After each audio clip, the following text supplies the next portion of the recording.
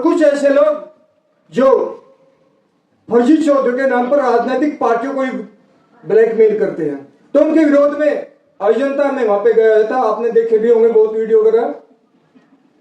हमें सच बोलने की आदत होनी चाहिए, डर डर के हम इतने डरपोक हैं। जिस चीज को हमने देखा ही नहीं, हमने उस अदृश्य शक्ति को देखा ही नहीं। अगर उस अदृश्य शक्ति में इतनी ताकत है तो भारत की गरीबी दूर कर दीजिए। सबसे ज्यादा पाखंड, आडंबर, ढोंग, ढकोसला हमारे देश में क्यों है?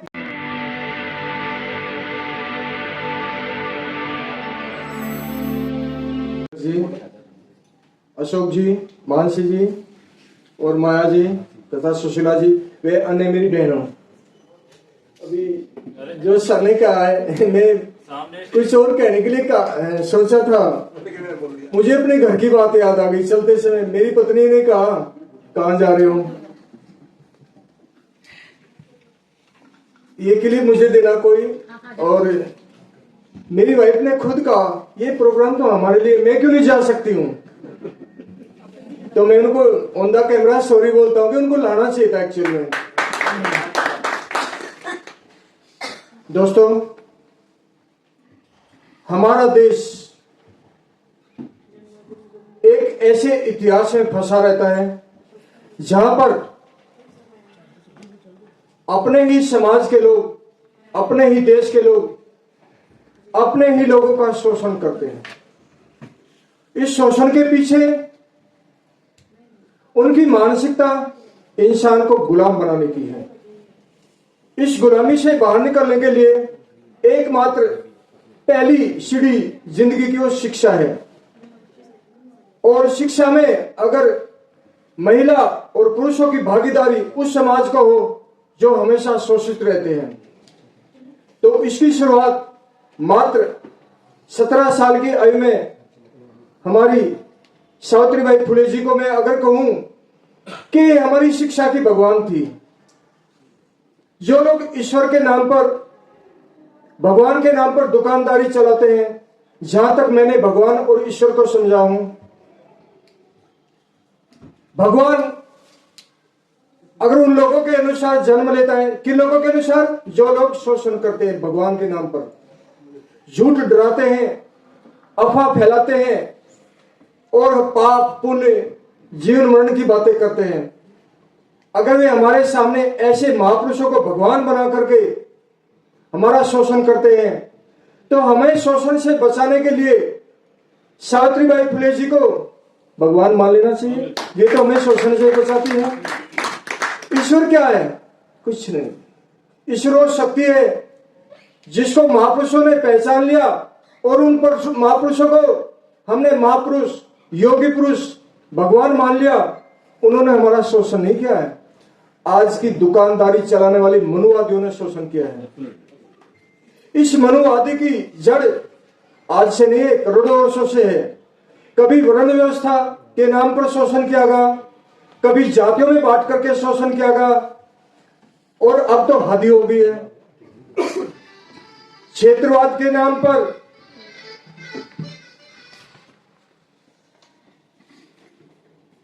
इस शोषण से कैसे निकला जाए? इस शोषण से निकलेगी सबसे पहली सीढ़ी में क्या कह रहा हूं? शिक्षा है। ज्यादा बच्चे पैदा करना नहीं है, शिक्षा है। अगर शिक्षा प्राप्त होगी, हमारे शिक्षा पाए हुए लोग और हमारी बहनें हमें जगाएंगे सोते हुए को, और हमें मजबूर करेंगे कि हम उन लोगों को वोट दें जो हमारा हक हमें दिलाएंगे। सबसे पहला हक हमें समाज में बराबरी का हक है, जीने का हक है। हमें मान सम्मान ही नहीं, कुछ लोगों को बड़े पद मिल गए, उन्होंने अपने पीछे रहने वालों को भूल दिया, गांव को छोड़ दिया है। अभी विजेंद्र जी, मुझे सबसे पहला सवाल क्या था? गांव में रहते हो? हाँ, मैं गांव में रहता हूं। मुझे जन्मभूमि से प्यार है, उस जिसने मुझे पैदा किया है। मैं देश के लिए मर मिटने के लिए गया, तो मैं अपनी जन्मभूमि, अपने पिछड़े गरीब लोगों के लिए क्यों नहीं काम कर सकता हूं? हर प्रकार के शोषण करने वाले, चाहे गांव का प्रधान हो, मैं ऑन द रिकॉर्ड बोलता हूं, जब भी बोलता हूं, गांव का प्रधान कैसे शोषण करता है?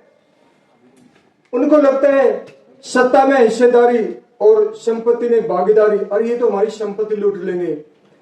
कोई भी SC ST बहुजन का आदमी किसी संपत्ति को छीनने वाला नहीं है, लेकिन जो तुम्हारी संपत्ति है ही नहीं, जो तुम्हारे बाप दादा की नहीं है, जो भारत की है, इस भूमि की है, सरकार की किसी नाम की नहीं है, तो उन लोगों को क्या घर बनाने का भी अधिकार नहीं है गांव में?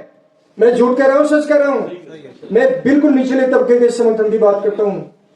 दिल्ली में आदमी बोल करके अपनी आवाज उठा सकता है, तो जब हमारी ऐसी बहनें शिक्षित होंगी, वो हमारी पीछे बेटी बैठी है, मैं उनको नोटिस किया हूं, ऐसे शिक्षित होंगी और ये लोगों को जगाएंगी, तो शराब लेकर के, पैसे लेकर के, 24 घंटे का आनंद लेकर के, कुछ मिनटों के लिए कोई चीज लेकर के वोट देने का अधिकार नहीं है। भूखे रह जाइए, मर जाइए, लेकिन वोट उनको दीजिए जो आपको सम्मान दिला सके।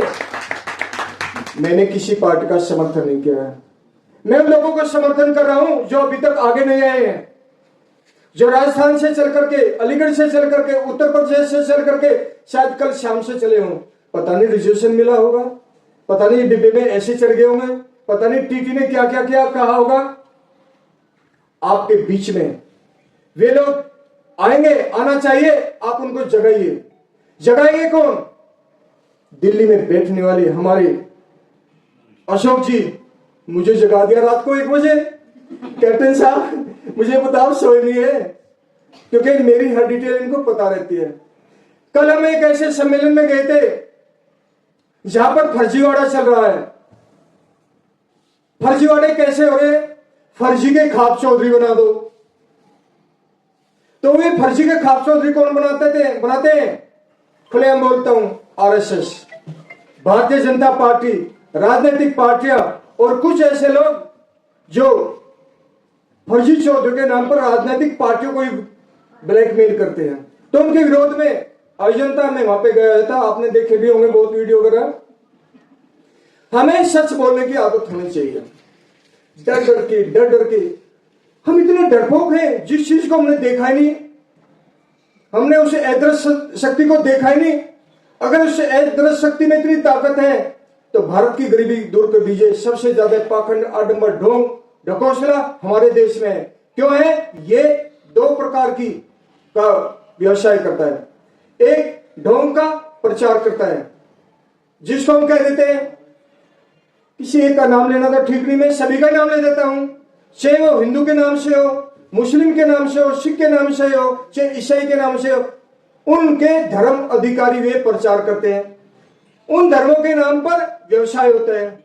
बार बार त्योहार आते हैं, बार बार उन त्योहारों के नाम पर खरीदारी होती है। तो सामान किसका बिक रहा है? व्यापारी का माल, एक का माल बिक रहा है, एक का पूजा पाठ में काम चल रहा है। और लुट कौन रहा है? गरीब लुट रहा है। गरीब को नौकरी क्यों नहीं भगवान दे देता? क्यों नहीं गरीब को कोई मदद कर देता? किसी का बच्चा बीमार हो तो उसको बीमार कर देता। क्या बच्चे भी भगवान पैदा कर सकता है? तो फिर ऐसा क्यों बोलते हैं? अमुक भगवान के अमुक हाथ से, पैर से, मुंह से, खीर खाने से, यहां से वहां से ऐसे बच्चा हो गया पैदा। ये सब झूठी बातें हैं। और सबसे बड़ी बात है, मैं आपकी अंतरात्मा को जगाता हूं। अभी जितना भी ढोंग आडंबर है हमारे ही समाज की महिलाओं में घुस चुका है। हमारी पढ़ी लिखी महिलाएं उन साधारण गरीब मेहनत का ईमानदार कहूंगा, बेईमान नहीं है, उनके पास में जब तक नहीं जाएंगी, गांव में आयोजन नहीं करेंगे, तो यह षड्यंत्र खत्म नहीं होगा। मैं ज्यादा समय नहीं देना चाहता हूं, आज मेरी बहनों का टाइम है और अशोक जी का धन्यवाद करता हूं कि उन्होंने मुझे बुलाया है। थैंक यू, शुक्रिया। अगर आपको लगता है कि हमारा काम बहुजन समाज के लिए महत्वपूर्ण है तो आप हमें आर्थिक सहयोग के लिए सीन दिखाए गए QR कोड स्कैन और फोन पे और गूगल पे और UPI और बैंक अकाउंट में कर सकते हैं। फोन पे, गूगल पे 9250529129, UPI 9250529129@YBL। Bank account state bank of India AC 1042994628, IFSC code SBIN 00065663। आपका छोटा से छोटा सहयोग समाज और हमें और मजबूत करेगा, जिससे हमें बहुजन पत्रकारिता में और निष्पक्ष बनाने में मजबूत करेगा। जय भीम, जय भारत।